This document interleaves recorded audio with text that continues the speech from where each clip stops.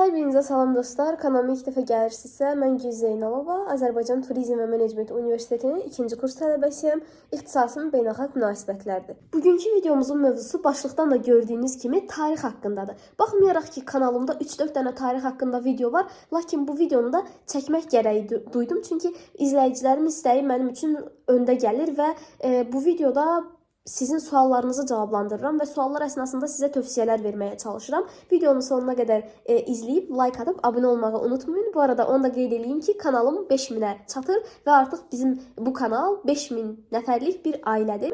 Birinci sualdan başlayıram. Deyir, otururam, tarix kitabı qarşımda, oxumaq istəmirəm. 10-cu sinifəm, ruhdan düşürəm. Yoldaşlar, bu dövrlərdə 10-cu, 11-ci sinif dövründə xüsusən uşaqların oxumağa həvəsi olmur. Oxumaq istəmirlər. Bir şeyi tez unudurlar.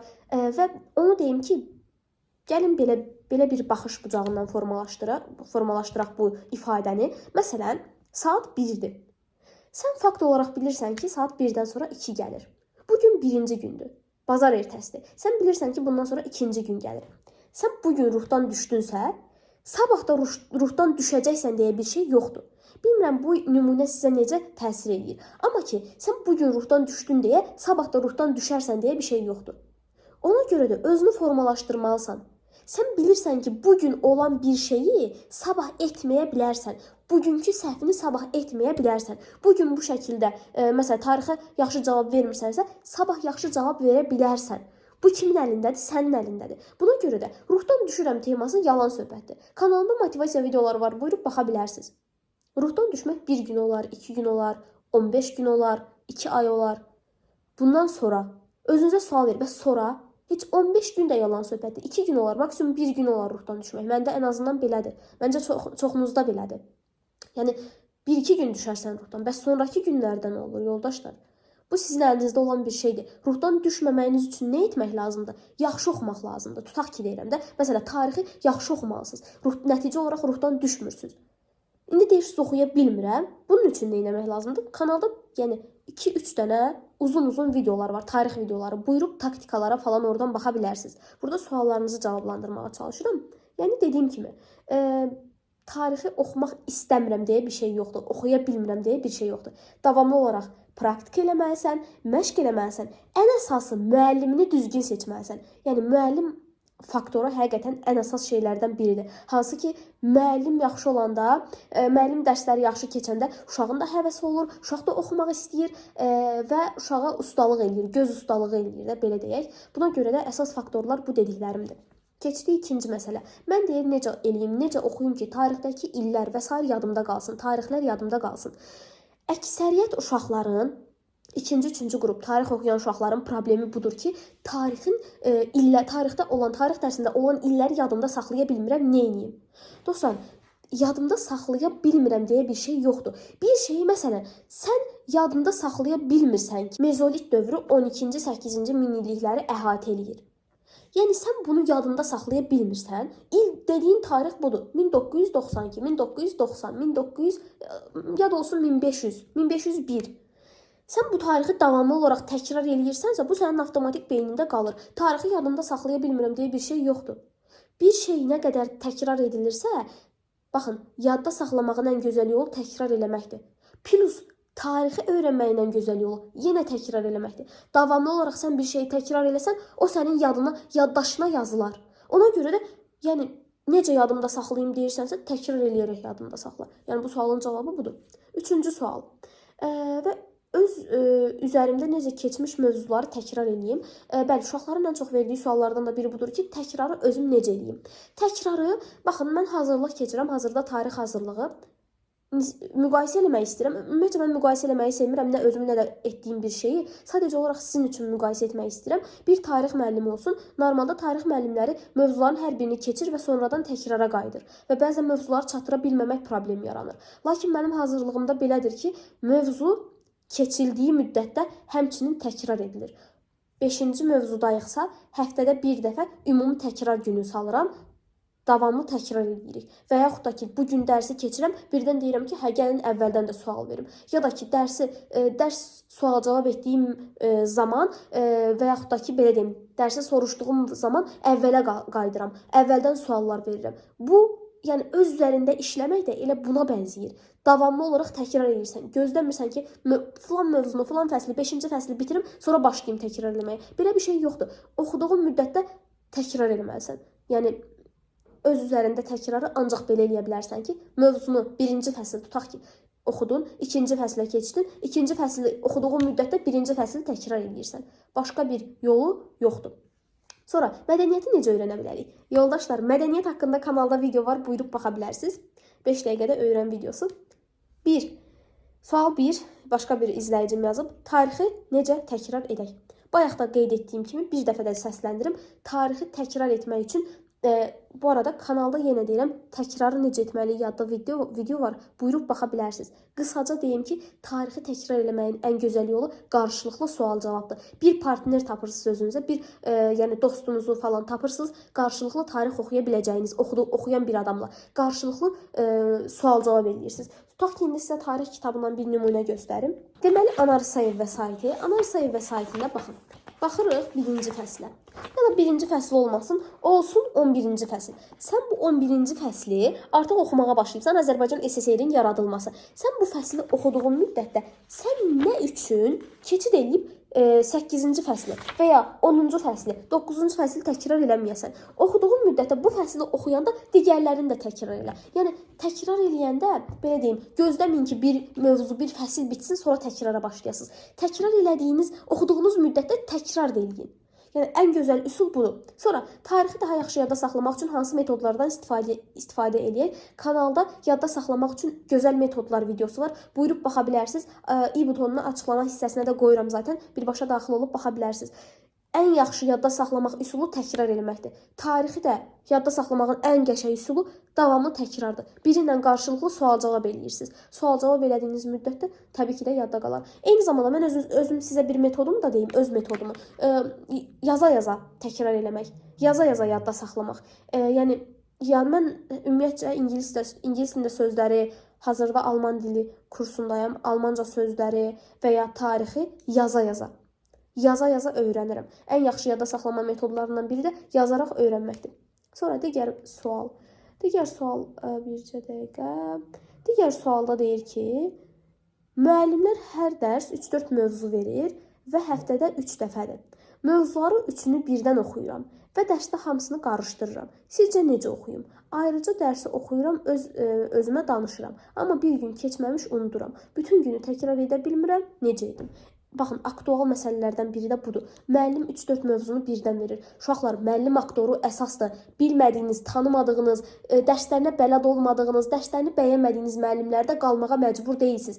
Tutaq ki, biri deyir, qohumumdur, dostumdur, anamın dostudur, anamın iş yoldaşıdır, nə bilim, məktəbdə müəllimimizdir, utanıram çıxmağa. Uşaqlar, belə bir şey yoxdur. O, sizin həyatınızı həll eləyir. Müəllim belə sizin həyatınızı həll eləyir. Ona görə də çalışın ki, öyrənə bilmədiyiniz yerdə, xoşlamadığınız, bəyənilmədiyiniz yerdə qalmayın.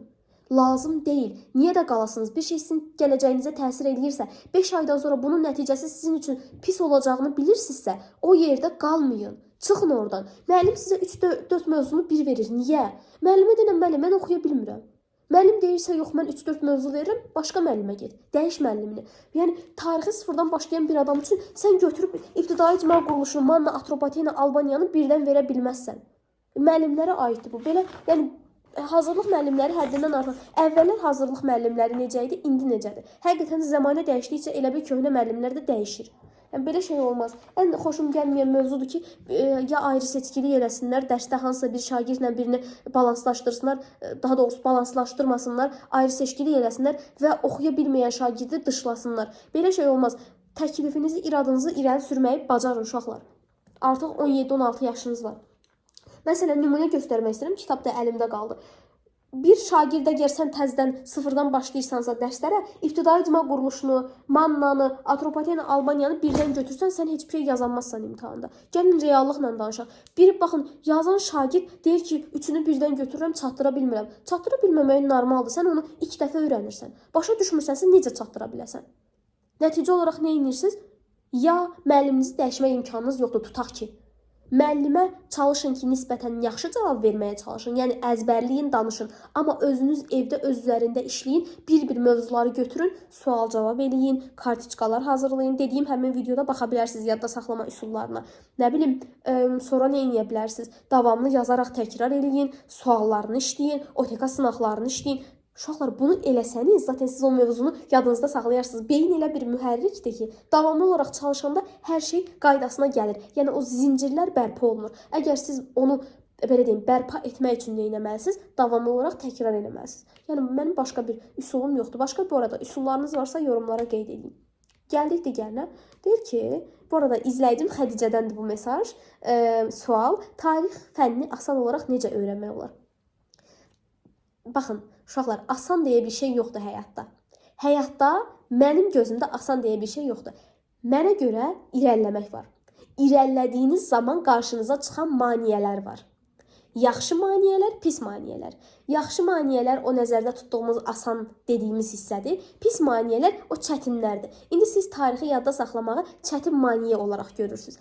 Bunu düzəltmək üçün belə deyim, başlamısınız bugün tarix hazırlığına və deyirsiniz ki, mən də öyrənə bilmirəm.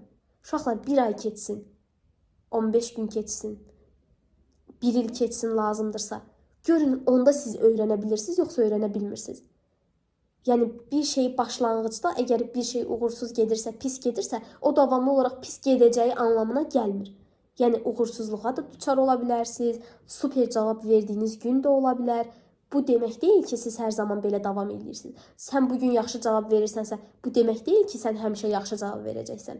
Və ya əksi, bugün pis cavab verirsənsə, hər zaman pis cavab verəcəksən. Bunun hər biri sənin özündən asılıdır. Yəni, tarixi də necə asan öyrənmək olar dediyim, davamlı olaraq təkrarla, suallarını işləməklə, bir nəfər dostunla və ya müəlliminlə davamlı sual-cavab etməklə. Ən gözəl tarix öyrənmə metodu budur. Siz necə öyrənirdiniz? Çox gözəl sualdır. Mən necə öyrənirdim? Mən OTK sualları, keçmiş illərin sualları, imtahan qəbul sualları, bunları etməklə və Anar İsayev vəsaitini oxumaqla. Bu arada Anar İsayev vəsaitini bəzi tələbələr bəyənmir, deyirlər ki, sinif kitabları daha yaxşıdır. Yəni mən sinif kitablarını sevmirdim, nə yalan deyim. Çünki biri var, məsələ 12 dənə kitabı 6-cı sinifdən 11-ci sinifə qədər ümumi Azərbaycan tarixi kitablarını 10-12 dənə kitabı yığasan, oradan oxuyasan, istəyəndə də bir şey tapa bilməyəsən. Bir də var, konspektləşmiş şəkildə oxuyasan, belə daha rahat olur. Məncə məndən həmfikir olanlar çoxdur. Yəni ki, dostlar, mən Anar İsayevdən oxuyurdum, test olaraq da test toplusundan işləyirdim, həmçinin Xəyali Əhmədlidən, Cahid İmanovdan, davamlı olaraq YouTube-dan dərs izahlarına baxaraq və öz üzərimdə təkrarlar edərək, belə deyim, tarixi öyrənirdim. Sonra bir də tarixi neçə saat oxuyuram, indi mənə müəllim Yunanistan hamısını verib, 7 vərəq var, onu mən sabaha necə hazır edim, sual-cavabda yaxşı olum. Sual-cavabda, ümumilikdə istər sual-cavab, istər tarix fəni, istər başqa fən. 7 səhifədir. Gəlin elə nümunəni buradan göstərim. Bir dəqiqə ümumi tarix kitabını açım. Baxın, ümumi tarix kitabında deyir ki, 7 səhifə Yunanistan dərsidir. Real nümunə verək gəlin sizə. 7 səhifə Yunanistan dərsidir. Başlayırsınız oxumağa, oxudunuz. Krit mədəniyyəti. Oxuduqca bunu konspekt yazın. Krit mədəniyyəti nədir? Yazırsınız Krit. Aşağısında yazırsınız. Eradan əvvəl 3-cü minilliyin birinci yarısında yaradıldı. Kritlərdə müxtəlif mədəniyyətlər formalaşmışdı. Misir, Finikiya, Babillə ticarət əlaqəsi saxlayırdılar. Sonra müxtəlif məşğuliyyətlərlə, işlərlə məşğul olurdular, gəmiçiliklə, balıqçılıqla məşğul olurdular. Bunları davamlı olaraq yazırsınız. Müəllim sizə kritlərdən sual versə, baxın, bu qrafanın içərisindən verirdi. Sual bu qrafanın içərisindədir. Əgər sual bu qrafanın içərisindədirsə və sənin cavablamağın üçün buranı bilməlisənsə, deməli buranı gedib konspektləşmiş şəkildə yazır, əzbərləyirsən. Müəllim soruşanda sualı buradan verəndə cavabı verirsən. Yəni oxuduqca yazaraq öyrənməyi özünüzə adət eləyin, özünüzə məşq etdirin, praktika eləyin. Bu şəkildə daha yaxşı öyrənə bilərsiniz. Keçid edirik YouTube-dakı suallarımıza. Birinci sual deyir, tarixdən test kitablarının adını xüsusilə qeyd edərsiniz. Edim. Deməli, Cahid İmanov Ümumi və Azərbaycan tarixi qarışıqdır, sınaqlar şəklindədir. Xəyali Əhmədli qalın kitabdır və super testləri var. Çox tövsiyə edirəm. Anar İsayevin qalın 2 dənə yenə səhv eləmirəmsə 5000 testi, 2 hissəli, birinci və ikinci hissə qalın testi, bu qədər qalınlığı var təxmini. Bunlardan da işləmişəm. Sınaqlar da superdir. Və Anar İsayev bu tarix kitablarını, bunları yadda saxlamaq üçün qəşəng üsuldur. Yəni o kitabı işləyə bilərsiniz. Bu arada bu kitabların PDF-lərini tapmaq üçün aşağıda qeyd etdiyim pulsuz WhatsApp kanalıma qoşula bilərsən. Qrupuna daha doğrusu PDF qrupuna qoşula bilərsən. Həmçinin keçmiş OTK sualları, yeni OTK sualları, keçmişdən, yəni qədimdən bəri, qədim dediyim eradan əvvəl yox, yəni 2017-lərdən, 18-lərdən bəri düşən test suallarını işləyərək mən, yəni bunlardan istifadə etmişəm. 2. Tarixdən blok balınız neçə olmuşdu? Tarixdən blok balım dəqiq yadımda deyil, 28 dənə tarix yazmışdım. Digər sual, salam, tarixdən keçmiş mövzuları necə təkrar edə bilərəm? Bu sualın cavabını bayaq dedim. Keçmiş mövzuları, hər yeni mövzu oxuyanda keçmiş mövzuları da təkrar edin. Bu ən gözəl təkrar metodudur. Digər sual budur. Mən tarixdən qeydlər çıxara-çıxara öyrənirəm. Çox gözəl, amma belə olanda da vaxtım çox gedir. Fərqindəyəm, lakin siz bunu aralıqda, öz boş vaxtınızda, məktəbdə olanda, yolda olanda telefona yazaraq bu qeydləri çıxara bilərsiniz. Həmçinin buna vaxtınız çatmırsa, tövsiyə eləyərdim ki, YouTube-dan video izahlarına baxasınız. Video izahlarda danışdıqca oradan qeydlərinizi yazasınız. Biri var, kitabı oxuyub qeyd çıxartmaq. Biri var, dinləyib qeydini birbaşa yazmaq. Bu daha effektivdir. Testlər də olur deyə ancaq yazıb, yəni deyir ki, yazan müddətdə öyrənirəm, səsli oxuyanda bir o qədər də yadımda qalmır. Əksinə, mən də məsələn səsli oxuyanda yadımda qalır. Amma bəzi insanlarda görürsüz belədir. Deyir ki, hansı metodlardan istifadə edim? Pomodoro texnikasını, səsli oxumaq, qeyd çıxarmaq, səs-küydə oxumaq, bunlardan istifadə etmişəm. Çox gözəl. Köməyinə ehtiyacım var. Əla bir video gözləyirəm səndən. Gülüm, təşəkkür edirəm Nəzrin gözəl sözlərin üçün və sualların üçün. Yəni böyük ehtimal sən kanalımı sıx izləyicisisən, kanalda təkrar etmə videosunu görmüsən, ona təkrardan baxmağını tövsiyə edirəm. Tarixi isə öyrənməyin ən gözəl yolu YouTube-dan müəllimin izahlarına baxıb oradan qeydini çıxartmaqdır. Həm vaxtın az gedər, həm də ki daha yaxşı eşidərək öyrənərsən. Oxuma metodları deyiləndə isə bayaq da qeyd etdiyim kimi bir nəfərlə qarşılıqlı sual-cavab eləyərək öyrənə bilərsən və mövzunu oxuduqca digər mövzunu da təkrar eləyərək öyrənə bilərsən. Ən əsas qayda qeyd budur. Sonra yazıb salam Gül. Tarixdən mən dərsi əsasən yazaraq öyrənirəm. Çox gözəl, mən də belə öyrəndim keçən illərdə, ötən illərdə. Bu yaddaşımda mövzunun daha yaxşı və uzun müddətli qalmasına saxlayır. Amma mövzu uzun olanda çox vaxt etkisi olur. Mövzunu daha yaxşı yadda saxlamaq üçün başqa hansı üsullardan istifadə edim? Həqiqətən çox aktual bir məsələdir ki, çox vaxtım gedir, çox belə deyim də vaxt aparan şeydir. Bəli, fərqindəyəm. Uzun mövzular çox vaxt aparır. Bu arada kanalda 5 dəqiqəlik videolar var. AXC-nin, mədəniyyətin, digər bir neçə video var. Buyurub baxa bilərsiniz onlara. Yəni bunları vaxt itkisi olur, amma yoldaşlar, siz onsuz da bunu öyrənməlisiniz. Siz onsuz da bunu yadda saxlamalısınız. Tutaq ki, Rusiya dərsi olsun, uzun mövzudur və ya Fransa dərsi ən uzun mövzulardan biridir. 17 səhifə idi, səhv eləmirəmsə. Fransa dərsini oxuduğunuz müddətdə, baxın, bir dəfə tamamən oxuyun, bitirin, sonra qeydlərinizi çıxarın. Bir dəfə oxuyub bitirəndən sonra orada əsas yerlərin qeydini götürün. Bu həm vaxt itkisi etməyinizə gətirib çıxarmaz, həm də ki vaxtınızı çox almaz, uzun sözün qısası, yadınızda da yaxşı saxlayır. Ona görə də çalışın ki, bütün mövzuları ən azı maksimum, minimum bir dəfə oxuyun. Daha sonra da qeydlərinizi tutun. Tarix dərsini necə rahat qavramaq olar?